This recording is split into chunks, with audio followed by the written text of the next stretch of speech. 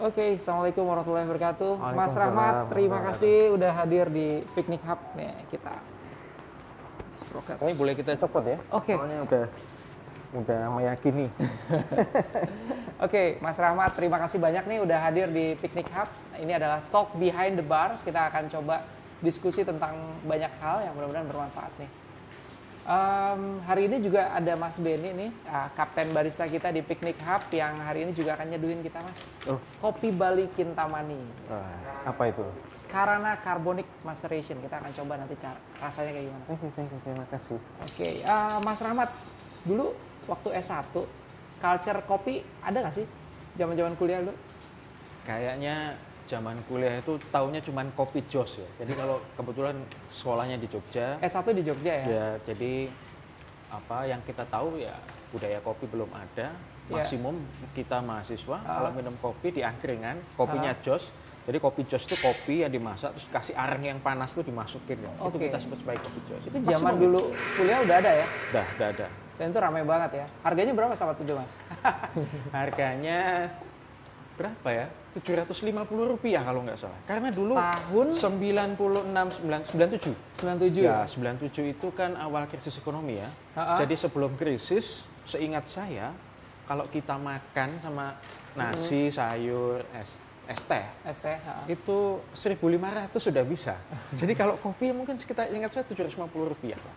Dan pada saat itu mahasiswa udah mulai, culture-nya udah mulai ngopi ya? Ada, 1-2, tapi menurut saya waktu itu, atau mungkin karena saya termasuk mahasiswa yang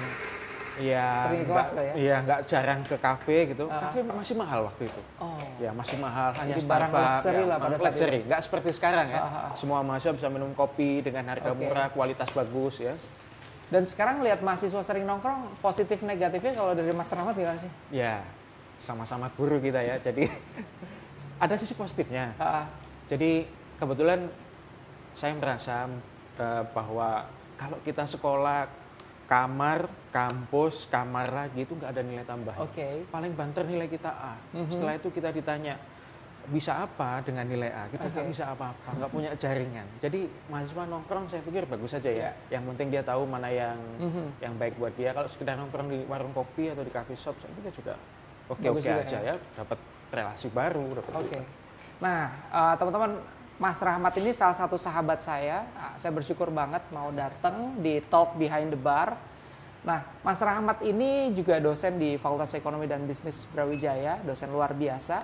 Tapi beliau memulai karirnya sebagai praktisi, sebagai treasury managers, portfolio managers ya Mas ya, di headquarters di bank terbesar di Indonesia, BRI. Jadi luar biasa pengalamannya, dan ketika beliau ngajar, luar biasa. Kebetulan saya juga di Head of International Undergraduate Program. Saya mendorong mahasiswa saya yang jurusannya Banking and Finance untuk belajar detail tentang Banking and Finance, risk management, portfolio management, dan lain-lain.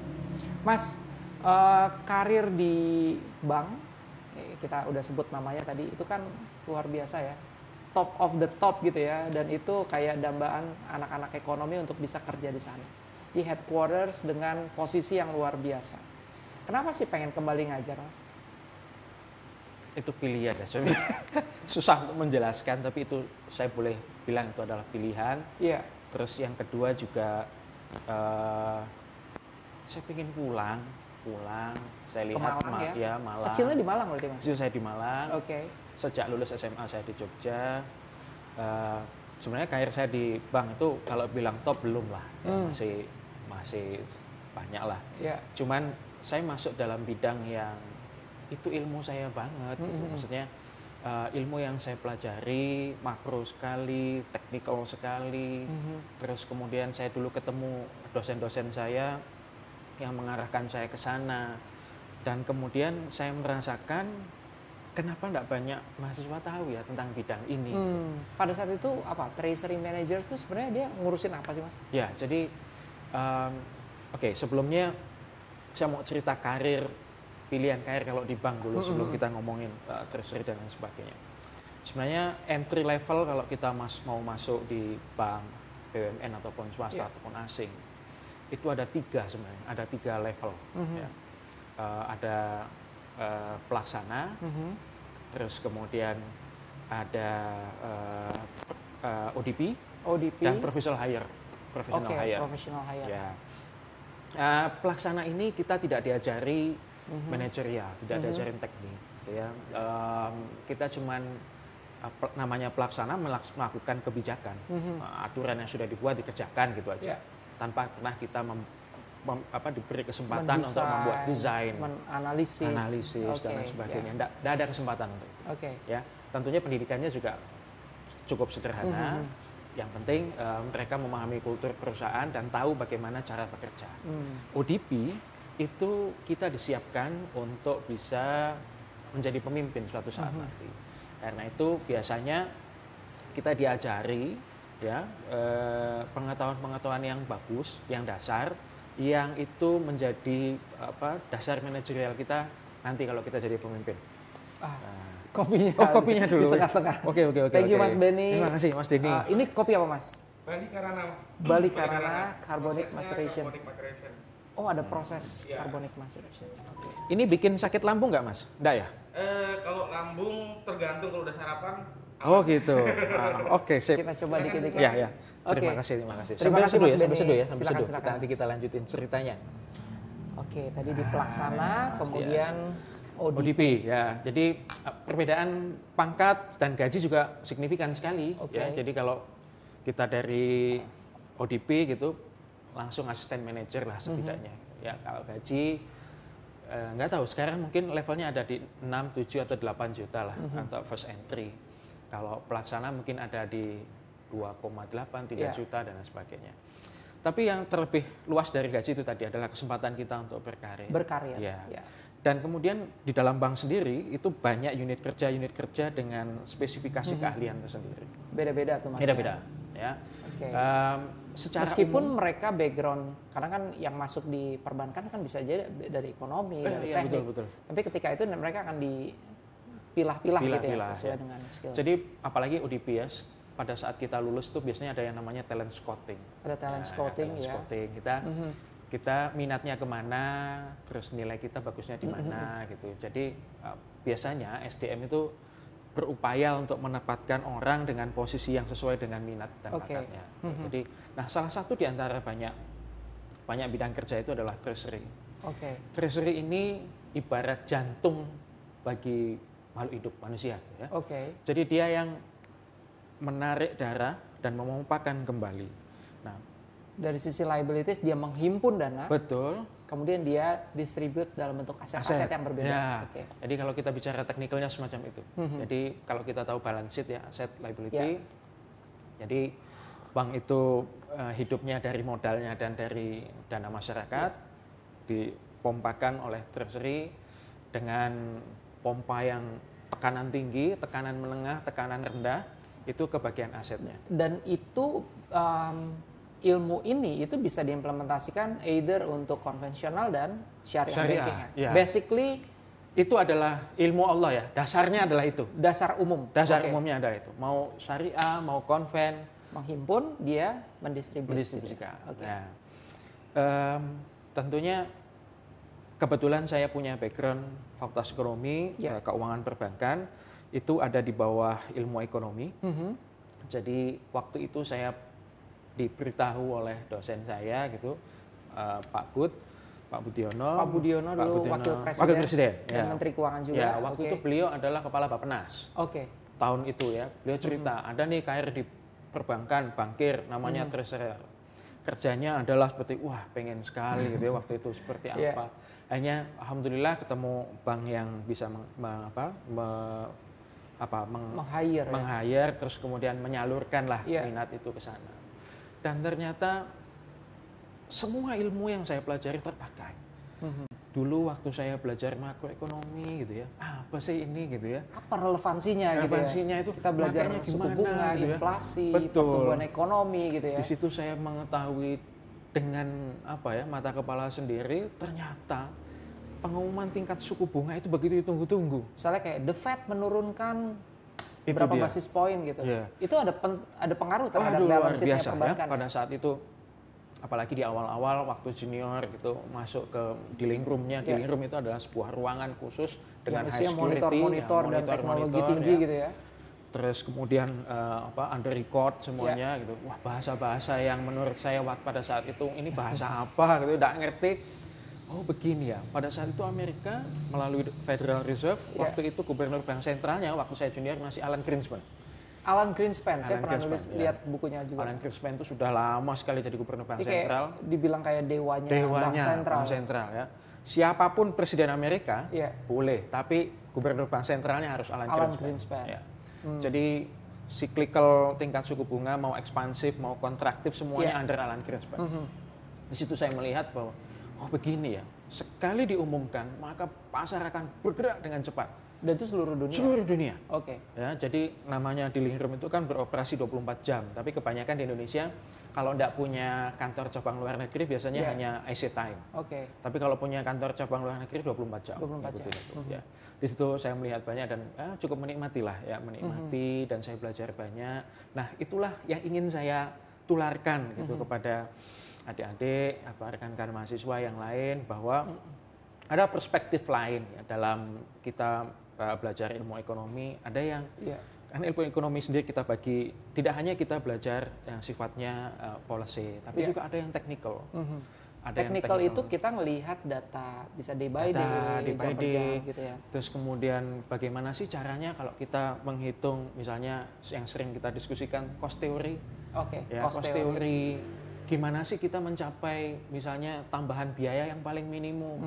Ya, bagaimana sih nyari datanya gitu ya. Kalau dan mungkin itu sebenarnya ilmu yang kita pelajarin di mikro. Itu sekali gitu maksudnya. Dan itu bisa diimplementasikan sebenarnya Mas ya. Sangat bisa diimplementasikan dan itu dasarnya. Dasarnya di situ. Namun ada link yang putus selama ini yang mungkin kita ini para pengajar tidak pernah menyampaikan kepada mahasiswa. Dari mana sih tahu-tahu kok keluar model Q sama dengan 2Q plus 4Q kuadrat gitu. Dari mana angka 2 dan 2? Padahal itu semua kan kita harus tunjukkan ini dari laporan keuangan. Yang bisa kita breakdown datanya. Kemudian kita jadikan dia, kita regress temukan betanya. Terus kemudian temulah itu, kita bisa menggunakan model itu untuk menentukan long run marginal cost. Nah, seperti itulah. Nah, itulah salah satu motivasi saya. Dan yang kedua juga boleh nyebut nama ya? Boleh dong. Prof Chandra yang ketemu. Prof Chandra. Ya, sering di Jakarta, beliau Prof Chandra Fajri Ananda. Ya, memberikan motivasi pulang untuk membuat yang lebih baik. Kembali ke Malang untuk mencoba. Dan saya pikir itu ada peluang yang bagus.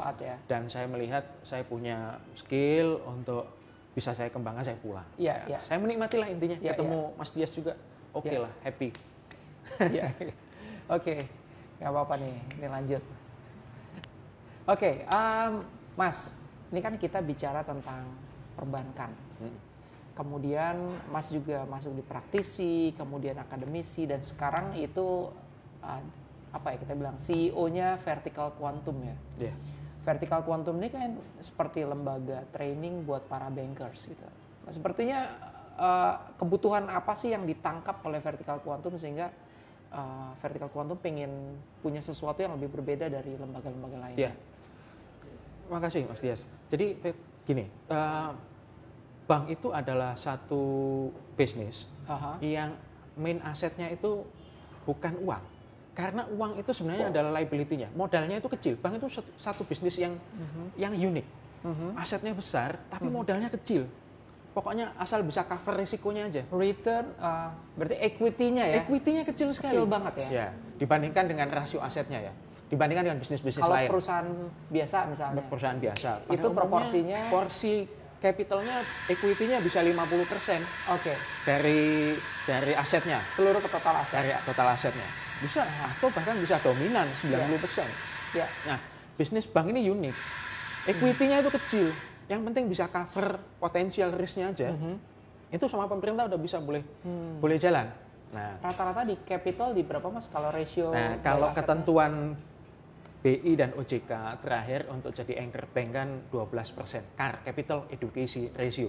12%. Rasio kecukupan modalnya 12% udah cukup. Tapi rata-rata bank di Indonesia sekarang 18, 20, udah di atas itu jauh lah. Jadi potensi kalau ada risiko dia bisa cover. Tuh. Ya. Nah, kembali tadi ke bisnis bank yang sangat unik tadi. Jadi aset utamanya bank itu sebenarnya bukan uang, tapi SDM. Sama dengan kampus. Human capital. Human capital. Sama Kenapa, dengan kampus. Jadi dengan human capital yang bagus, bank hanya berupaya mencari bagaimana menghimpun dana dari liability yang besar untuk menciptakan aset tanpa harus memberikan modal dalam jumlah yang banyak. Jadi semakin terlatih orangnya, semakin pintar orangnya, dia kreatif menciptakan aset dengan return yang tinggi. Dia punya benar-benar intuisi bagaimana harus mendistribute aset ini ke potensial return yang mana gitu, dan risikonya bisa di manageable. Ya, nggak ada risikonya ya, tapi manageable. Dan selain potensi itu juga potensi moral hazard tinggi banget ya Mas? Betul. Nah itulah sebabnya bank sangat menyadari dan unik tadi, maka SDM adalah aset utamanya. Jadi pendidikan itu menjadi hal yang utama. Jadi harus di-upgrade skillnya, Terus kemudian harus selalu diingatkan tentang fraud tadi ya, terus kehati-hatian dan lain sebagainya. Itulah fungsi pendidikan. Nah, Vertical Quantum melihat itu potensial gitu ya. Ya, kebetulan kita juga di kampus melihat potensinya ada dan saya merasa ilmu yang saya pelajari adalah ilmu yang sangat dibutuhkan oleh industri. Mereka sangat ingin loh tahu bagaimana monetary policy itu teorinya dipelajari dan diterapkan. Karena mungkin nggak semua bankers mereka dari background ekonomi gitu sehingga ya. mereka harus tahu tentang kenapa sih pemerintah menaikkan suku bunga, ekspansif, kontraksi dan lain-lain. Ya betul itu Mas. Jadi itu satu. Yang kedua, dari sisi kebijakan, pemerintah itu melalui OJK itu mendorong sekali bank-bank untuk terus belajar. Wajib nggak sih Mas? Wajib. Ya, jadi wajib sehingga untuk itulah sebabnya SDM mereka. Untuk mengupdate SDM. Itulah sebabnya mereka punya diklat, punya lembaga. Itulah. Nah, di samping itu kita juga melihat ada potensi dari UMKM. Ya, karena sekarang trennya kan orang atau bisnis, apalagi bisnis-bisnis rintisan ya, UMKM yang size-nya kecil untuk kemudian menjadi besar, itu perlu suntikan uang, dana segar. Ya. Nah, kalau kita belajar financial ini bisnis kan suntikan dana segar itu bisa dari dua, liability atau equity. Liability atau equity. Entah, saya nggak ngerti. Liability itu kewajiban. Dari kewajiban. Kewajiban berarti bisa di-create dari utang. Hutang, Ya, dari utang. Nah, utang ini bisa pinjam bank, bisa pinjam partner, bisa kalau utang dagang. Kalau investor equity. Nah, jadi kita bisa mendrive mencari investor melalui equity. Nah, dua-dua ini punya konsekuensi yang berbeda. Kalau liability berarti kita sifatnya karena utang ada kewajiban untuk mengembalikan pada saat tertentu. Ya. Juga selain membayarkan sejumlah tertentu bunga yang sudah kita janjikan di awal. Sedangkan equity sifatnya adalah sharing ownership sharing. Jadi berbagi risiko. Jadi terus kemudian tidak ada kewajiban untuk mengembalikan dana segar yang setiap sudah suntikkan. Bulan harus dibayarkan sebagai cicilan ya. Kalau hutang. Kalau equity dia enggak, ya bagi hasil. Nanti bagi hasil. Jadi Vertical Quantum ini punya pilihan juga bagi bisnis-bisnis untuk melakukan pembelajaran tentang manajemen keuangan. Artinya memilih kira-kira perlu dalam konteks liability, apa equity, apakah saya harus pinjam di bank, ataukah saya cari investor, bagaimana saya melihat bisnis saya ini untung apa enggak, misalnya seperti itu. Ya, jadi itu yang kami lihat di Vertical Quantum. Saya melihat bahwa ini potensi sekali nih UMKM. Terus sekarang pemerintah itu memberikan peluang dengan adanya POJK dan surat edaran Otoritas Jasa Keuangan tentang sharing equity, ya. Jadi sifatnya retail. Jadi kalau saya boleh menunjukkan kepada semua yang nonton bahwa sekarang pemerintah memberikan kesempatan perusahaan yang berbasis platformnya IT untuk berperan seperti BEJ. Crowdfunding. Ya, jadi kalau saya punya kafe, saya butuh duit 100 juta, saya akan bisa jual saham. Jual sahamnya kepada siapapun investor yang berminat. Nah, tentu ada syarat-syaratnya. Ada syarat-syaratnya. Nah, syarat inilah yang harus kita capai dan itu kebanyakan UMKM, perusahaan-perusahaan itu tidak well educated di situ. Apa sih sebenarnya kunci-kunci bagi perusahaan untuk bisa pengarahkan pada equity ini? Ya, tentunya ya. Seperti saya menganalogikan kayak gadis cantik yang waktunya untuk menikah gitu ya. Oke. Untuk bisa dilirik, percantik diri sendiri. Percantik dulu. Ya. Bisnis bagaimana mempercantik? Ya dia harus untung. Harus untung. Bagaimana membuktikan untungnya? Harus punya laporan keuangan. Laporan keuangan. Nah, ini yang bukan isu itu. Itu bukan isu lagi sekarang. Okay. Karena laporan keuangan sekarang banyak yang gratis loh, gitu ya. Platform-platform digital banyak yang bisa digunakan. Ya, kalau boleh nggak nyebut kasir misalnya. Kasir ya. Atau apalagi ada buku atau apa? Ada Moka. Ya banyak sekali ya. Jadi kalau Anda UMKM masih kesulitan gitu ya.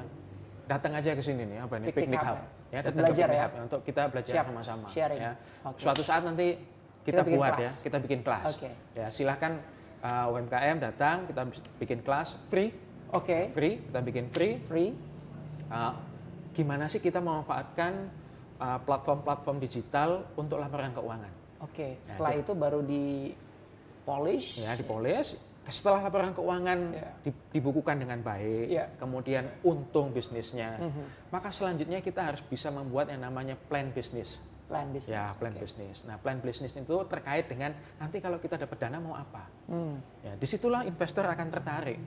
Jadi kalau sekarang untungnya sekian dibagi, saya cuma dapat sekian. Tapi kalau saya injek dana, saya bisa dapat untung lebih banyak nih kalau saya masuk ke sini. Karena si UMKM ini atau bisnis ini punya plan bisnis yang bagus. Nah, plan bisnis itulah yang mungkin nanti bisa dibangun sama-sama. Nah, disitulah vertikal kuantum Karena masuk. Kan Mas Rahmat dulu punya pengalaman di bank ya. Dan itu kan ada ratusan proposal dari perusahaan. Dan itu kan kayak apa ya, punya skill tersendiri untuk milah mana kira-kira yang bisa kita kasih cicilan. Kredit atau tidak. Yang paling awal menjadi pertimbangan perusahaan itu apanya sih? Apakah bisnisnya, apakah orangnya, plannya, hitung-hitungannya atau apa sih sebenarnya Mas? Kalau kita ngajarin mahasiswa di kelas, itu kita sering ngajarin yang namanya 5C atau 5C. 5C, Ya, 5C. Apa karakter, aja itu? capacity, collateral, bla bla bla. Ya. Karakter adalah nomor satu. Karakter nomor satu. Ya. Orangnya. Jadi business owner-nya itu harus kita yakini adalah orang yang terpercaya. Jadi bisnis itu kan dunia yang penuh dengan kepercayaan. Begitu Anda tidak bisa mengelola kepercayaan, selesai sudah. Gitu ya. Nah, bank sendiri punya trik sebenarnya untuk mengecek personal itu. Nah, apa tuh triknya? Kalau boleh cerita ada BI checking namanya. Ada BI checking. Namanya BI checking. Ya. BI checking itu caranya bank mengelola. Ya. Tapi sebenarnya banyak kita bisa, kalau dia sudah lama berbisnis, tentu kita ada suppliernya, ada rekan bisnisnya, kita bisa menggali dari sana. Satu karakter. Dari banyak hal. Yang nomor dua adalah capacity. Ya, mampu nggak dia ngelola bisnisnya? Nah, betul. Mampu atau tidaknya itu tercermin dari laporan keuangannya. Makanya itu saya katakan tadi penting buat UMKM mulai membukukan bisnisnya. Sesederhana apapun, yang penting dia harus berpikir sesuatu, saya harus besar nih, gitu kan. Dan sekarang dengan Anda untung dan punya pembukuan yang baik, Anda atau UMKM itu punya pilihan, tidak hanya tergantung bank. Jadi dengan adanya crowdfunding, Anda bisa dapatkan pendanaan murah loh. Ya, pendanaan murah, jangka waktunya juga panjang dan nggak maksa untuk nyicil. Nggak maksa untuk nyicil, bayangkan ya. Kita dapat funding sekarang, kalau kita nggak dalam bentuk utang ya, berarti ini full dana ini bisa kita kelola sepanjang tahun untuk mendapatkan return. Dan nanti kalau kita putar, kita gulung, ini efeknya juga akan membesar terus. Bandingkan dengan kalau utang, sekarang dapat funding, bulan depan harus ngurangin dari modal untuk kita bayar. Jadi turun lagi senjata kita. Dan Itulah. Ekonomi pun juga kan fluktuatif gitu ya. Once terjadi kayak sekarang, turun. Saya punya teman baru pinjem bank 4 miliar di bulan Januari. Wah, itu. Tahun 2020. Wah, awalnya COVID kan. Langsung dan sangat berisiko. Kalau utang, ya memang struktur utang, dia itu tidak ada atau nggak ada. Kalaupun ada itu sangat negotiable sekali. Mereka nggak mau merestructure jangka waktu dan jumlah. Makanya tadi saya katakan kalaupun ada itu sangat negotiable sekali gitu. Harus melalui penelitian lebih lanjut dan lain sebagainya. Tapi kalau kita sharing kepemilikan atau equity tadi, ya akhir tahun kita tunjukkan gitu. Memang bisnisnya lagi slow down. Ya, ayo ini risiko bersama gitu. Nah, saya pikir itu lebih bisa jadi alternatif. Betul. Buat bisnis, apalagi rintisan dan UMKM. Startup ya. Untuk bisa dia tumbuh dengan tenang dulu. Ya. Tumbuh dengan tenang. Memahami marketnya seperti apa. Nanti semakin kita tumbuh semakin besar. Dan itu akan memudahkan kita juga untuk memperoleh dana. Saya jadi dapat mindset nih bahwa memang pengelolaan keuangan kadang-kadang kita ngasal aja, yang penting ya udah cash flow, muter, bayar gaji gitu. Tapi memang harus kita rencanakan untuk kita bisa tumbuh gitu Mas ya. Dari business plan itu kita bisa melihat bahwa perusahaan ini akan tumbuh berapa sih asetnya dalam sekian tahun ke depan. Return on equity-nya akan tumbuh berapa persen? Apakah ada di atas industri atau on industri atau behind the industry? Behind the industry. Kalau kita kembali ke mahasiswa di era sekarang nih, saya kan melihat mahasiswa ini unik gitu ya. Unik dalam arti ada yang potensial, ada yang nggak kelihatan potensial tapi sebenarnya potensial gitu ya. Nah, sebenarnya skill apa sih yang kalau dari perspektifnya Mas Rahmat, dari praktisi, akademisi, dan sekarang juga trainers gitu, mahasiswa tuh harus bisa apa sih di era sekarang Mas? Sebenarnya intinya adalah bergaulah sebanyak mungkin. Bergaulah sebanyak mungkin. Bergaul itu melatih kita untuk punya exposure.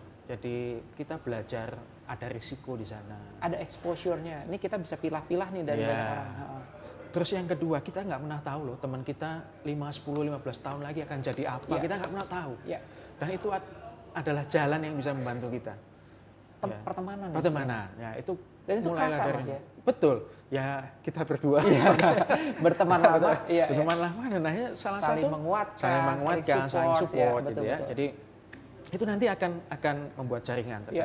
Apalagi Anda sekolah yang punya histori bagus gitu ya. Jadi jaringan alumninya, maka yang pertama bergaul. Yang kedua adalah tetap belajar itu nomor satu. Belajar. Ya, makanya saya kalau di dalam kelas tuh sering dalam tanda kutip marah kepada mahasiswa yang lebih mengutamakan mengospek juniornya daripada masuk ke kelas saya dengan terlambat gitu.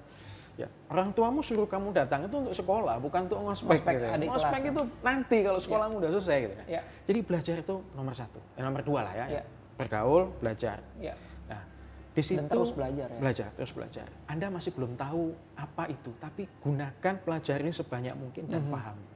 Belajar itu jangan cuma sampai apa. Nah, sayang banget. Ini saya hanya mengutip ya, bukan dari saya. Hanya mengutip bagaimana guru saya dulu menyampaikan ke saya. Beliau menyatakan kalau belajar itu jangan cuma sampai apa, tapi mengapa. Saya dulu nggak paham apa sih bedanya apa dan mengapa. Nyata itu setelah saya jadi pengajar, gitu ya. Tahu level kompetensi. Kompetensi terendah itu apa ternyata. Cuma kita tahu aja.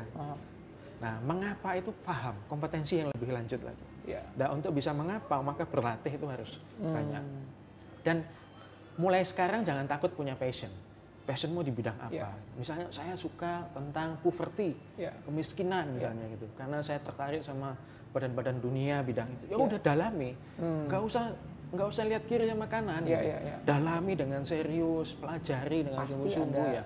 Kalau kita suka finance misalnya, dalami finance gitu. Jadi apapun lah passionnya, tidak ada yang salah. Uniqueness dari apa yang kita suka itu yang harus kita dalami. Iya betul. Ya udah, gini aja kita tutup dengan sekarang banyak loh mahasiswa yang lebih pintar dari kita, dari dosennya itu banyak. Dan kita karena mereka bisa belajar dari banyak aspek. Gitu.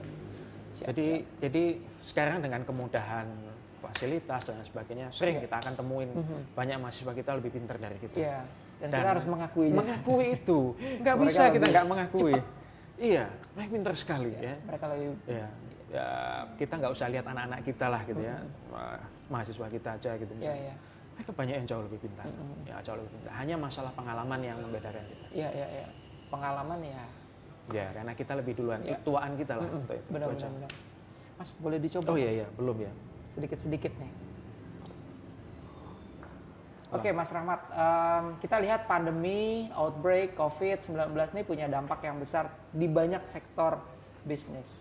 Nah, sebenarnya dampaknya terhadap sektor keuangan, khususnya perbankan itu seperti apa sih, Mas? Ya, sebenarnya sejak tahun lalu, bulan Maret ya 2020, pemerintah sudah berinisiatif waspada gitu ya, terhadap dampak COVID ke bisnis, terutama nanti kaitannya sama perbankan. Diantisipasi ada pemburukan kualitas aset perbankan. Itulah mengapa melalui OJK pemerintah memberikan kelonggaran yang kita sebut sebagai credit restructuring Jadi mereka bisa merestrukturisasi kembali. Baik terkait penjadwalan ulang pembayarannya, penurunan bunga, ataupun penurunan bunga sampai perubahan schedule angsuran. Ya, jumlah besaran angsurannya bisa dinegosiasikan kembali. Nah, itu sebagai upaya. Tapi kembali lagi begini, ini sudah mulai nih. Saya kalau lihat statistik dari SEGI, itu ada beberapa bank dengan NPL yang non-performing loan, kualitas kredit macetnya itu mulai ada naik. Ya, ada naik. Ini artinya apa? Ini pisau bermata dua loh, gitu ya. Restrukturisasi kredit ini pisau bermata dua. Kalau banknya berhasil memanage ini dengan baik, ya jadi bisnis dipastikan setelah memperoleh restrukturisasi kredit, bisnisnya akan bisa recover pelan-pelan. Itu diawasi dengan ketat oleh bank terkait manajemennya dan kelangsungan hidupnya. Nanti pada saat dia sudah di stop restrukturisasinya, dia sudah bisa membayar sesuai dengan awalnya. Nah, ini kalau tidak ada monitoring yang ketat, ini nanti nggak dimonitor bisnisnya masih ada atau enggak, tempatnya masih stoknya masih ada atau enggak, kontraknya udah habis apa masih ada. Kalau nggak ada itu, ternyata pada saat sudah selesai restrukturisasi, mereka kembali harus membayarnya nggak mampu. Nah, itulah yang membuat NPL akan tinggi. Nah, itu satu NPL. Yang kedua juga dari sisi aset yang berhubungan dengan pasar keuangan. Hati-hati banking sekarang, karena ada potensi pembalikan tingkat suku bunga. Karena ketika tingkat suku bunga kembali naik, maka cost-nya akan naik. Cost-nya akan naik. Perusahaan akan naik Jadi return-nya bank akan turun. Satu. Yang kedua juga terkait dengan pasar. Nanti ketika bunga obligasi naik, maka portofolio obligasi mark to marketnya akan menjadi negatif. Harga obligasi akan turun, akan jatuh. Karena secara teori kalau bunga naik, maka harga obligasinya akan turun. Nah, itu akan membuat aset bank akan menurun. Dan itu membuat laba bank akan turun. Nah, jadi ini krusial, titik ini titik krusial. Ya, maka bagaimana caranya memanagenya? Satu tadi, kalau untuk aset berupa kredit ya manajemennya harus bagus ya, di watch betul-betul, dipilah-pilah mana yang bisa, mana yang nggak bisa, yang nggak bisa mau diapain, mau penjualan agunan atau mau ditambahin kreditnya atau apa silahkan, atau cut loss silahkan aja. Tapi kalau yang market silahkan secara makroekonomi diprediksi seperti apa potensi pembalikan tingkat suku bunga, kemudian sensitivitas masing-masing portofolionya terhadap perubahan tingkat suku bunga, perhatikan baik-baik. Jadi kalau itu lepas, maka nanti kolaps. Ya, kolaps itu mungkin tidak langsung dalam jumlah besar, tapi setidaknya akan mengurangi laba bank. Atau yang paling berbahaya adalah karnya bank akan termakan karena laba banknya negatif. Sangat mungkin nggak terjadi bank run gitu, Mas? Kalau bank run, saya pikir enggak lah ya, karena enggak lah ya. Jadi masih manageable lah ya, Mas. Manageable. Nah, cuman sekarang ini ada yang juga yang saya lihat fenomena yang menarik nih. Likuiditas perbankan itu melimpah. Banyak duit di bank. Banyak duit di bank. Orang pada naruh di bank. Karena banknya nggak berani untuk mendistribute ke market. Banknya nggak mau distribusi jadi aset karena risiko tinggi. Terus orang menumpuk terus di liability-nya. Konsekuensinya bagi bank adalah memberikan imbal hasil karena tabungannya ada di dia. Itulah mengapa sekarang bank lebih cenderung untuk mau menerima dana pihak ketiga dengan tingkat suku bunga yang cukup murah, 3%. Sangat murah untuk deposito udah 3%. Ya, jadi memang dirangsang untuk tumbuh masuk ke sektor real. Nah, kalau ditanya kapan indikasinya, ya silahkan Anda buat riset makroekonomi, pakai ekonometrika yang bagus, silahkan pala bankir kalau bisa, kalau nggak bisa datang ke hub, ke picnic hub. Nah, nanti kita buatkan bagaimana modeling pembalikan tingkat suku bunga.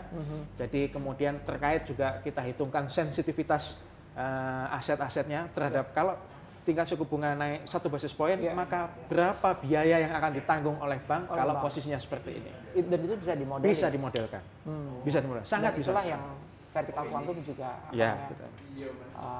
mengerjakan itu ya, selain untuk training juga. Nah, luar biasa nih. Ini daging semua tadi yang diajarin sama Mas Rahmat. Bukan diajarin, diobrolin. Oh, diobrolin sambil ngopi.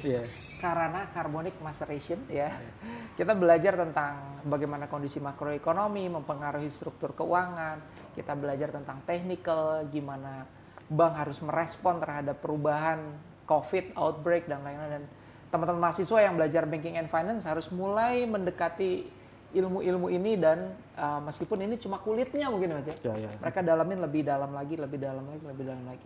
Selain tadi tuh mahasiswa harus belajar analitik, belajar statistik, ekonometrika, intuisi ekonomi, dan digital mungkin Mas. Digital, betul. Digital itu penting banget. Penting banget sekarang. Dan perbankan sekarang pun juga Digital, mulai shifting digital, ke arah ya. digital gitu ya. Itulah mengapa kemarin Himbara itu ngecas mahal untuk Himbara, cek saldo. karena Ya, mereka mau mengarahkan orang cek saldo di digital aja. Jadi biasanya cek saldo di ATM. ATM ya, cek saldo di ATM kan dikasih suruh cas 2.500 Iya, tuh. iya, iya. Nah, jadi Kalau maksudnya di sini- adalah silahkan download, kita Download. punya aplikasi. Iya, iya, iya. Oh, saya nggak Cek kepikiran aja di sampai situ. gitu. Itu caranya mereka juga memasarkan aplikasi mereka. Iya, iya. Ya, jadi nanti lama-lama cashless society bisa. Benar-benar cashless kena, ya. kalau Luar biasa. nggak dikasih mahal orang akan tetap datang ke ATM betul. ya. Dan ATM itu mahal, investasi yang mahal buat bank. Benar-benar. Mungkin suatu saat kita akan ngobrol lebih detail lagi bagaimana shifting perubahan yang perbankan menarik, itu Mas ya. Ya, itu menarik. Selain mungkin di akhir bulan Juni atau Juli ya Mas ya, kita bikin semacam workshop buat bisnis. Saya kalau bilang UMKM itu agak malas karena kalau UMKM itu levelnya kecil terus Mas ya. Iya, iya, betul. Bisnis lokal yang mau punya scale potensi up juga ya. dengan pengaturan manajemen keuangan yang lebih baik lagi. Gimana ngatur cash flow, gimana harus memilih apakah perlu liabilities atau equity dan lain-lain seperti itu.